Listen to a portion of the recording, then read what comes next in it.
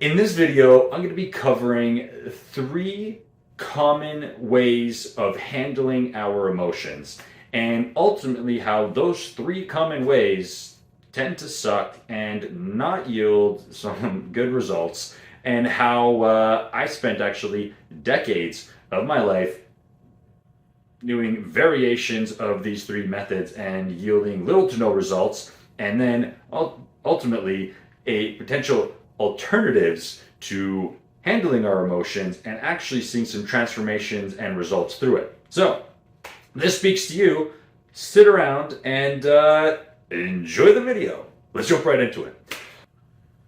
In a previous video, I talked about how I used lying when I was a kid to escape that present reality that I was in, that nightmare reality that I was in due to a lot of severe bullying and stuff that I was encountering at the time, in order to keep going on a daily basis. And what was really going on there was that this bullying was introducing pain and suffering, and it was hurting essentially this childlike part of me, this innocent kind of wonder-like child, got hurt through this bullying and through the repetitive frequency and intensity in which it was, from it going from being just psychological to all the way to physical and everything in between and more. This part of me started to get hurt more and more, and so I tapped into lying, to lie to myself that things weren't as bad, things weren't as this, in order to escape all of that pain and suffering. And this gave birth to the beginning process of the first method, in which a lot of us tend to handle our emotions, and that is to bottle them in. And so what was going on is that all of the pain and the suffering that I was accumulating from this, I was starting to, I needed to find a way to handle it, so I was starting to just suppress it deep down. So as it came in, I would just bottle it down. And what developed in response to this was this new internal identity of a warrior. You know, I was fascinated with all kinds of stories when I was younger, with warriors and how they go into battle and they're just courageous and they have all this confidence, they can't get hurt, and they would just face overwhelming odds and they would just go in anyway, and they're just fearless. And I loved that as a child. And so I started to develop this part of me into this warrior kind of state that would step in when encountering all of these aggressive and painful words. And so I called this part the warrior. And what the warrior was like was to show little to no emotions, like having a straight face, staying calm in the presence of this abuse, and basically trying to be as emotionless as possible. So I would just sit there and just take it.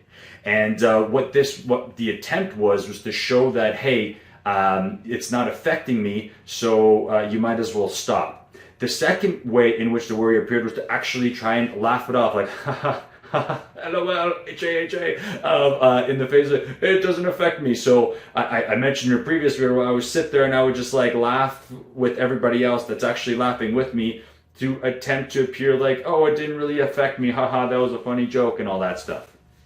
So in walked in the suppression, and now and in walked out was basically my innocent childlike wonder and all that stuff. And so what started happening in terms of, let's say energy points throughout the day, and let's say you wake up, you have 100 points of energy. And I know some of you might not, whatever, but just listen to it. You have about 100 points of energy, and then you waste these points of energy throughout the day to the point it reaches 0. You feel drained, you gotta go to sleep to recharge your points of energy, go from there. In an idealistic world, that's just how it works. Now for me, I started to encounter a lot of pain in this, and it was taking a lot of energy to suppress that pain. And so now, on a daily basis, I was taking about, let's say, 10 points of energy to suppress these emotions so that I wouldn't have to feel them. Okay, so now I'm running at about 90 points, so about 90% of my energy and throughout the day to spend. So I've got less energy to spend for that. The reason in which I was suppressing and repressing these emotions was because I did not want to deal with them. I was terrified of re-experiencing the pain that I've experienced in that current situation. And I didn't know what to deal with it. And I was scared that if I do look within, that it'll just come flooding out and it will overwhelm me and I'll be overtaken in that particular situation. So I was doing everything I possibly could to suppress it. However, when you suppress it, you are now consuming more energy towards suppressing it and less energy towards just the average everyday living and other things. As time went on, as years went on, this became such a default mechanism for me. In fact, life was bringing in a variety of different scenarios and situations in where it would aggravate these exact same feelings and emotions. And now, instead of actually them dissipating and disappearing and completely going away, they were actually being amplified and increasing, and they were increasing over the years. So eventually got to the point where it was something like, I don't know, I was spending 40 points of energy trying to suppress as much as I could all of this energy down so I can continue going. So I was really running at about like 60% energy on a regular basis. I'd wake up feeling tired. I'd wake up just drained. I'd wake up just feeling not like myself at all. And so what this did internally, keeping this energy down internally, what this did was that it was my body's attempt, okay? So it was that part of me that got hurt, that child part of me that got hurt and traumatized, was trying to signal to me that, hey, I went through a lot of pain, I got hurt. Can you please pay attention? Can you please listen to me? Can you see me? And can you appreciate and love me? Like I'm hurt. And what I would do as essentially the self, what I would try to shun this part. It was essentially like trying to lock up the kid in the basement, and then the kid would just then yell louder and louder and louder. And I'm like, oh my God, you're so annoying. Now I'm going to just lock you into another room, inside that room, inside of another room, and just continue to keep going from there. However, what's interesting is that method usually just makes it even worse. Over time, the voices, the signals that you get, so the emotions, the thoughts, the sensations, get worse and worse. And now that I am operating, let's say, at a 60% energy of what normally I'm at, I become more vulnerable to exterior triggering events. Now, somebody says something that is, tends to be maybe not fully said in a way that's nice, that might be a little bit mean. All of a sudden, that is triggering me way more than it really should have, because I just have less energy to deal with it. All this energy is going here, and it's actually linking it to here. And so my warrior part of me was starting to fail. It couldn't protect me anymore. It couldn't do this. And in turn, what was going on is there was a lot of anger and frustration and tightness in the body. It was interesting to see how these emotions essentially manifest themselves in real time. Like, you can clearly recognize an angry person versus a peaceful person. Not always. Maybe someone's hiding it very well, but you essentially, if you hang around with them long enough, you can tell that person's angry and frustrated, and that person is at peace and is happy and in a blissful state. It's usually very apparent. And so I was walking around with this anger, frustration, and this as a default. I've suppressed it so many times that it's become basically unconscious. And so I think the distinction between if you're consciously suppressing your emotions, that's called suppression. But if you're unconsciously suppressing it, that's called repression. So there's suppression and repression. I'm just saying consciously bottling it in or unconsciously bottling it in. And like me, I was doing it so many times that I was unconsciously just bottling it in and allowing these emotions to accumulate. And it's basically, a really cool analogy around this is that you take remember if you ever take a basketball and you put it underwater, you submerge it underwater and you release it, it goes up. And the further you push the basketball down, the further up it goes once you release it. But in order to push it down further, it becomes harder and harder to push it down, so it takes more energy to push it down. So just like that basketball, I'd been trying to suppress and repress all of these emotions and continue to bottle them down, and to the point where I couldn't anymore, and they were starting to seep out a lot. And so all of a sudden, I became a person that was operating on a daily basis from a state of anger and frustration. And here comes the second method in how we tend to handle our emotions, and that is to express them. Okay, and so in this method, what we think we're doing is that by expressing anger and expressing frustration, we essentially let it run its course, and it's good to go. Now, this is a subtler form of the method that actually works. Yes, when you have anger, you allow it to come through, and you allow it to run its course, and you allow it to go from there, and you can inquire about it. That's actually methods of healing this anger and allowing you to process it. That's healthy anger. But what we normally do is that we express it, but only express a little bit to release the pressure. Just a little bit, release a little bit of that pressure valve so it goes down, so that we can go back to our normal manageable methods. And the rest of those emotions then still stay in repression and suppression and out of our awareness. And so in came activities such as, for me, it was martial arts, it was working out, it was anything kind of physical along those lines. So I really like to punch things. There was a lot of anger, a lot of frustration. So I loved the punching bag. It was my favorite thing. So boxing was huge for me. And I would just go at it at this. It would blow off some steam and I'd feel better. Now, this did not take care of the emotion, because the emotions were still there.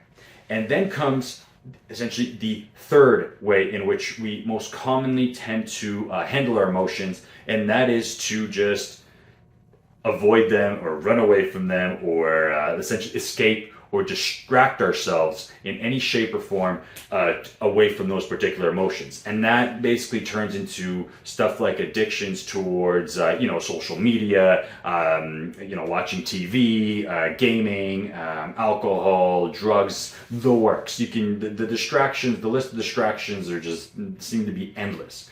And so for me, I was when I couldn't get rid of all these emotions through boxing and fighting and working out and blowing off steam that way, I would then look for something to numb it. And what all of these three methods were doing is they were still keeping the emotions there and not being with what is. And that was the fact that I was experiencing on the surface anger and frustrations because there was parts of me that were looking for my attention. And as much as I tried, the harder I tried to run away from it, the more it persisted and the more they followed along.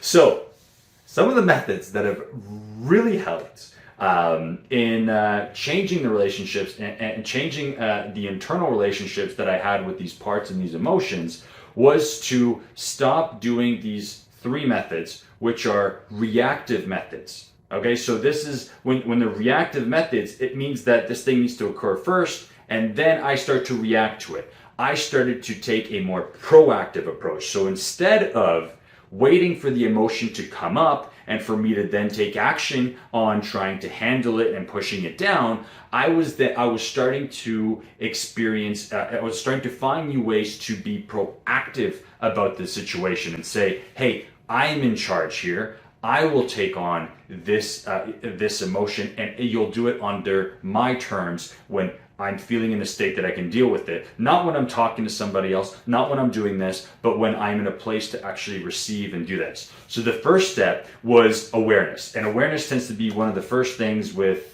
a lot of things, is to just simply know that this was going on.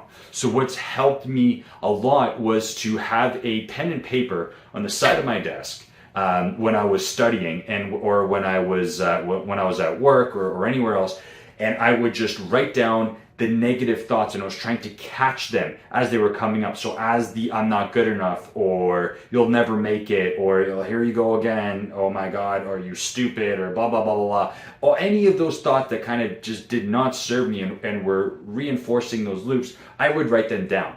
And the fascinating thing about that is that eventually I started to catch on to a pattern. You can try this on in just 24 hours. I recommend doing it for a couple of days because you start to see some patterns, and even just bringing this level of awareness to it was enough to just release a lot of them. Like, oh, this isn't me. I was running for it. I was running into it, and it allowed me to just in that particular time, like, oh, okay, here's me trying to beat myself up again, instead of just unconsciously going back in the same pattern of trying to just push it down and plow through. I was like, oh, okay, wait a minute, trying to do this again. I'm not just going to unconsciously take it down. I'm going to do the next step. And actually, the next step after this is like what I briefly mentioned earlier, is to actually start to look at it and the impacts of this, and start to actually listen to what is actually going on, and start working with this part of you that's been hurt and that's been damaged, and actually starting to heal that relationship that you have with the part, so that ultimately you are healing the relationship you have with yourself. And I'm dedicating, I think, most of my channel in the next bunch of videos that I'll be creating around the variety of different methods and ways in which I have found that have really helped me to engage with these parts of these emotions in a different method, so that ultimately when they do come up, I can see, oh, okay, hey, this thing's coming up again. Let me go deal with this. And so with that, I conclude this video. So in conclusion, 3 methods in which people tend to commonly handle the emotions is to bottle them in. The other one is to express them, but express it just enough to blow off some steam, while keeping the rest out of our awareness. And third is to just completely avoid and distract ourselves from the very things. And what there is to do is to really not engage with these emotions on a reactive basis. They can have a time and place for that, but ultimately start to take a more proactive approach and approaching these emotions on our terms and on our time, and to start changing the relationships with them. And a method in which I shared to do that was to really start to just write down what is going on. I tend to not use my phone because then I get distracted with the phone. I find with the pen and paper, it's just there, plain and simple. I just have to write it down and it's done, and I can see it all on the paper as I'm running through it. And that was enough to do that. And then from there, I start to inquire on specific patterns that I would see, and do some deeper healings from there. So with that, thank you for watching this video, and see you in the next one.